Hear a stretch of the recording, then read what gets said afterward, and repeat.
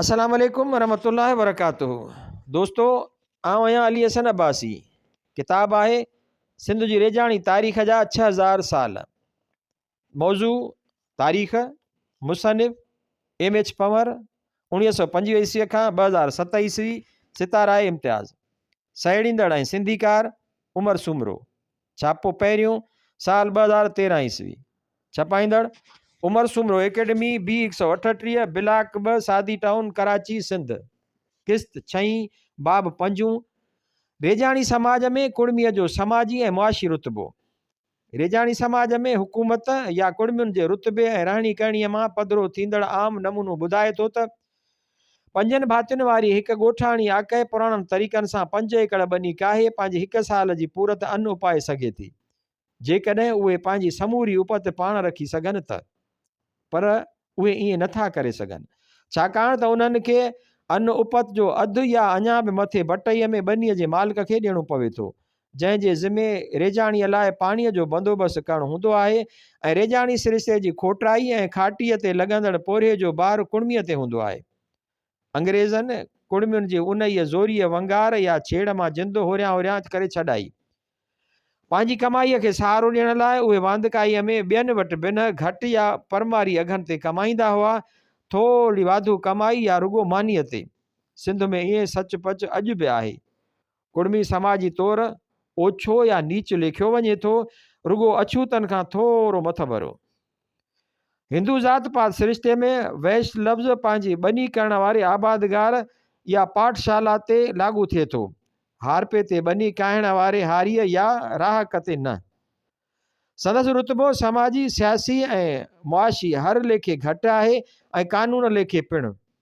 घटि में घटि उन्हनि समाजनि में त जेके सिंध में जिरगे वॾनि जे फ़ैसिले ऐं रूहानी रहबर पीर वग़ैरह जे नाले में संदसि मास रोड़ीनि था। सिंधीअ में हारी हारपे ते ॿनी काइण वारो लफ़्ज़ संस्कृत मां खयल आहे, जंहिंजी माना आहे अछूत। ब्राह्मण कुड़मियुनि खे अछूतनि वारो दर्जो ॾिनो। खेसि कानून लेखे आज़ादु सम्झो वञे थो। घटि में घटि अंग्रेज़नि पारां सिंध फ़तह करण खां पोइ ऐं 1856 ईस्वीअ खां वठी कानूनी तौरु लाज़मी कमु करण वारी पाबंदीअ खां आजो आहे। जेतोणीकि पुठियनि 2 ॾहाकनि में कुड़मियुनि में समाजी ऐं सियासी सुजागी आई आहे, पर तॾहिं बि उहे अञा ताईं समाजी तौरु ओछा, ग़रीब, घटि लिखिया पढ़िया या अणपढ़ियल पोइते पियल ऐं उन समाजी ऐं सकाफ़ती ज़िंदगीअ खां लॻभॻि कटियल आहिनि, जंहिंजा मज़ा पाकिस्तान में रहंदड़ ॿिया तबिका अॼु आम माणीनि पिया। मुख़्तलिफ़ रेजाणी इलाइक़नि जहिड़ो सिंधु, गंगापटन, हुआंगहू, मेसू, अमेरिका, मिस्र ऐं मेसोपोटाम ॿिदरियाई देश जे माथिरियुनि में जिते अलॻि अलॻि मज़हबनि ऐं रीतुनि रिवाजनि जहिड़ो कि इस्लाम, हिंदू मत, ईसाईयत ऐं ॿुध मत जो ग़लबो आहे, जेके हिक ॿिए खां घणो अलॻि आहिनि। ॻोठाणनि जे ज़िंदगीअ जो अभ्यास करण खां पोइ ॾिठो वियो आहे त उन्हनि सभिनी इलाइक़नि जे ॻोठाणनि जा तौर तरीक़ा अचरज में विझंदड़ हद ताईं हिक जहिड़ा आहिनि, जहिड़ो कि ॿनीअ जी वारसी पुटाणी औलाद ज़रिए। कुटुंबनि जो गॾु रहणु, जिते ॾाॾा पड़ॾाॾा ऐं पोटा पड़पोटा वेड़ो ठाहे गॾिजी रहनि ऐं गॾिजी कमुकार कनि। मज़हबी तौर तरीक़ा जेके हिक जहिड़ा आहिनि, यानी बुज़ुर्गनि या संतनि जे मज़ारुनि या तीरथनि ते वञणु, जीअरनि बुज़ुर्गनि जो आदर करणु ऐं भरम वेसा। मिलंदड़ जुलंदड़ समाजी लाड़ा, जिन में बेवेसाही, भरम, साड़ ऐं अजाया ख़र्च अची वञनि था।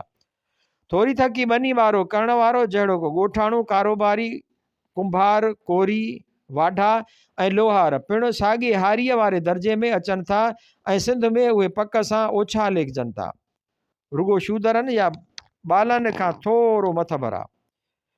वॾड़नि खां विरसे में मिलियल ॿनीअ जे टुकरनि मां घणो करे हारीअ खे पोरिहे जे हिसाब सां मुनासिब कमाई नाहे थींदी, भले केॾो बि सख़्तु पोरियो छो न करे। तंहिं करे उहो पाण ऐं संदसि घर भाती माल धाण ऐं चाढ़ण ऐं हथ जे हुनर वारियूं शयूं ठाहिण वग़ैरह समेत ॿियनि नंढनि वॾनि कमनि में लॻी वेंदा आहिनि। नए युग जा ज़रई औज़ार, कीमियाई मादा ऐं हथ वारा औज़ार कम नाहिनि आणींदा ऐं संदन पैदावारी तरीक़ा घणो करे अण लाभाइता हूंदा आहिनि। खेनि क़ौमी फ़ैसिला करण में को विरले वारो ॾिनो वेंदो आहे। संदनि उपायल पैदावार जा अघ सदाईं सरकार पंहिंजे कंट्रोल हेठि रखंदी आहे ऐं रुॻो तॾहिं वधाया वेंदा आहिनि जॾहिं भउ थियणु लॻंदो आहे या सचपच ॾिसण में ईंदो आहे त हाणे उहे उहा मख़सूस जिन्स अॻिते उपाइण छॾे ॾींदा। पाकिस्तान में सचपच ईअं आहे असुल खां वठी। 8 ई पर जान ऐं माल खे ख़तरे हेठि घारींदा आहिनि। बनी ऐं गॾोगॾु ॿिए पोरिये ऐं कम मां थींदड़ संदनि कमाईअ मां संदनि घर भातियुनि लाइ फी भाती घुर्बल कैलोरियुनि जेतिरो सीधो सामान मस पूरो थी सघंदो आहे। उन क़िस्म जी भोगनाउनि करे संदनि ॿिज खरी कद बिंदरा थी वेंदा आहिनि, छाकाणि त अहिड़ियुनि हालतुनि में घणे भाङे उहे ई जाले सघंदा जिन खे घटि कैलोरियुनि जी ज़रूरत हूंदी। संदनि खाधो बुनियादी इंसानी मुताबिक़तुनि में बिल्कुलु निरालो आहे। उन में जानवर जे गोश्त जो प्रोटीन घणे भाङे लॻभॻि हूंदो ई न आहे। संदनि गुज़रान ॿूटनि जे प्रोटीन ते हूंदो आहे जिन में जानवर जे गोश्त वारा समूरा 21 एमिनो एसिड विरले क़ौमिल हूंदा आहिनि। माण्हूअ जो जिस्म प्रोटीन जी खोट जे मोट हॾ जी वाध रुकजण ऐं समाइजण में देरि सां ॾींदो आहे। वॾेरकी आपेशाही राज वारनि ॾींहंनि में कुड़मियुनि खे पंहिंजी उपत पाण सिधी खपाइण, पंहिंजा ढोर विकिणण या पंहिंजा पुट धीअरूं सिंध जे मदरसनि मंदरनि खां पुछण बिना परणाइण जी अॼु ताईं मोकल न आहे। केतिरा ई ॿार सिहत जूं सहूलियतूं न हुजण करे वक़्त खां अॻु मरी वेंदा आहिनि। कुड़मियुनि जे ॻोठनि में सभिनी जो पहिरण ओछण तोड़े घर घणो करे हिकु जहिड़ा हूंदा आहिनि। 1947 ईस्वीअ खां रहाकुनि जे ॻोठनि जूं मायूं ॻाढ़ो चोलो रओ ऐं सूसीअ जी सुथण पाईंदियूं हुयूं, जॾहिं त मर्द कारी या नीरी गोॾ, रंगीन चोलो ऐं बिल्कुलु सस्ते अछे कपिड़े जो पटको पाईंदा हुआ। सियारे में अजरक जिस्म जे मथे भाङे खे वेढ़बो हो। मर्दनि तोड़े मायुनि ॿिन्हिनि जा पेर घणो करे उघाड़ा हूंदा हुआ सवाइ ॿनीअ में हर काहिण ऐं काॾे ॿिए पासे वञण जे। उहे वॾनि वेड़नि खे फ़ाइदेमंद सम्झंदा आहिनि। ॾिठो उहो वियो आहे त ॾाॾनि पड़ॾाॾनि खां वठी पोटनि पड़पोटनि ताईं वॾो कुटुंब हिकु ई वेड़ो ठाहे गॾिजी रहंदो आहे त जीअं हिक ॿिए सां कमकार में हथ वंडाइनि, बहितर गुज़रान कमाइण ऐं ॻोठाणी बिरादरीअ में मथबरो रुतबो माण जो जोगा थियनि। घणा ॿार थियण वारे ॿारनि जी वॾे अंग में मरण ख़िलाफ़ इंश्योरेंस पिणु आहे। ॻोठाणनि खे घणा ॿार पीड़ींदड़ माली ॿार न लॻंदा आहिनि छो त उहे पोख तां झार झिरकी ऐं ढोर तड़ींदा आहिनि, माल लाइ गाह कंदा आहिनि, ॿारनि लाइ काठियूं करे ईंदा आहिनि ऐं ॿनीअ में कमु कंदड़ वॾनि लाइ मानी खणी वेंदा आहिनि। तंहिं हूंदे बि सॼी आकहि खे घणी महिनत करणी पवंदी आहे छो त ॿारनि मां मिलंदड़ लाभ उन्हनि खे तातण ते ईंदड़ लाॻत खां घणो घटि हूंदो आहे। ॻोठाणनि घरनि में ॼम रोक मुहिमनि ते चिथरूं थींदियूं आहिनि ऐं नाकामी संदनि मुक़दर हूंदी आहे। जेसी ताईं संदनि आमदनी हुकूमत पारां अघनि ते हथरादू कंट्रोल ज़रिए वधे नथी। कुड़मी तबिके में हिक ॿिए सां साड़ हुजण करे जेकॾहिं को मुआशी तौरु सुधरंदो आहे ऐं महिनत करे सुखियो सताबो थींदो आहे त मुआशिरे जा ॿिया माण्हू खेसि मुख़्तलिफ़ मौक़नि ऐं ईदुनि बिरादरुनि ते भलियूं दावतूं करण लाइ टीकरूं ॾींदा आहिनि ऐं जेकॾहिं का ईद बरात वेझी नाहे हूंदी त ख़ैरात करण लाइ टीकूं ॾींदा अथसि ऐं ईअं जेको थोरो घणो उन वीचारे घर बचायो हूंदो आहे सो ॻोठ वारनि जे पेटनि में हलियो वेंदो आहे। उन कूड़े भरम आसिरे त उहो अलाह ॾे संदनि कर्ज़ु थियो जेको उन जे मोट में संदनि घर खे सुखियो सताबो रखंदो या सुखियो सताबो कंदो। कुटुंब जे कमाईअ खे सहारो ॾियण लाइ घणो करे वांधकाईअ वारे वक़्त में ठाहियल हथ जे हुनर वारियूं शयूं मशीनी ठहियल सस्तियुनि शयुनि जो मुक़ाबिलो नथियूं करे सघनि ऐं मथनि जेतिरो पोरियो लॻंदो आहे तंहिंजी थोरी पती मस उगड़ंदी आहे। जीअं त ॻोठाणे समाज में छोकिरियुनि समेत घर जी हर भातीअ जी घर जी कमाई वधाइण में पती हूंदी आहे, तंहिं करे छोकिरियुनि जूं चइनि क़िस्मनि जूं शादियूं आम आहिनि। छोकिरियुनि जी ॾे वठि का छोकिरी कंहिं ॿिए घर में परणाए ॾिनी वेंदी आहे त उन जे हथण एवज़ में उन ई घर जी छोकिरी पंहिंजे कंहिं छोकिरे जी कुंवार बणाए आंदी वेंदी आहे। अहिड़ी तरह सां घर भातियुनि जो अंग पूरो रखियो वेंदो आहे। छोकिरो घणो करे वेढ़े अंदरि साॻिए सोट मासात सां छोकिरी घणो करे वेढ़े अंदरि साॻिए सोट मासात सां परणाई वेंदी आहे। उहे भले खणी धार ई रहनि तॾहिं बि वेढ़े जे हिसाब सां भाती पूरा सम्झावींदा आहिनि। झंडो पाड़ो कॾहिं कॾहिं छोकिरी उन शर्त ते परणाए ॾिनी वेंदी आहे त न्याणियूं सॼी ॼमार सावरनि सां गॾु रहंदो। को वॾो कुटुंब जंहिंमें छोकिरियूं छोकिरनि खां घणियूं हुजनि ऐं हथण वठण लाइ छोकिरा न हुजनि, उहो छोकिरियूं बिना हथण या चइजे त ओधर ते उन शर्त ते परणाए ॾींदो आहे त घोटेती आकह में या उन जोड़े खे जेका छोकिरी ॼमंदी सा उहे अॻिते हली उन ई कुंवार जे माइटनि खे ॾींदा। हिन क़िस्म जे शादीअ खे आम ॿोलीअ में पेट चयो वेंदो आहे। उहे आहिनि ॻोठाणी गुरबत जा बुनियाद, जन पीढ़ियुनि मथां ॻुथियल आबादियुनि वारा शहर, अज़ीम सल्तनतूं ऐं तहज़ीबूं अॼियूं ऐं ओसारियूं वयूं। तस्वीरूं आबहवा ते असर छॾींदड़ अंसरनि जूं। सती ऐं आबहवा ते असर छॾींदड़ अंसर। सती हिकु रस्म जंहिंमें सती पंहिंजे मुअल मुड़ुस जी चिता ते पाण घोरे छॾींदी हुई। हरेस जी सल्तनत में आम हुई। अॻिते हली हिनखे हिकु रज़ाकाराणी इस्तहकाक तौरु केतिरनि ई मशहूरु मिसालनि में आदर्शी बणायो वियो, ख़ासि करे राजपूतनि में। हिकाको मथस 1829 में रोक लॻण खां कुझु साल अॻु ठाहियो वियो आहे। ॿियूं तस्वीरूं आबहवा ते छॾींदड़ अंसरनि जूं। आख़िरी सुकारिया ॾींहं 900 खां 1200 ईस्वी ऐं आख़िरी बर्फ़ानी जुग 1430 खां 1850 ईस्वी। सिंध में मींहं में फेरफार 9000 खां 2000 क़बले मसीह।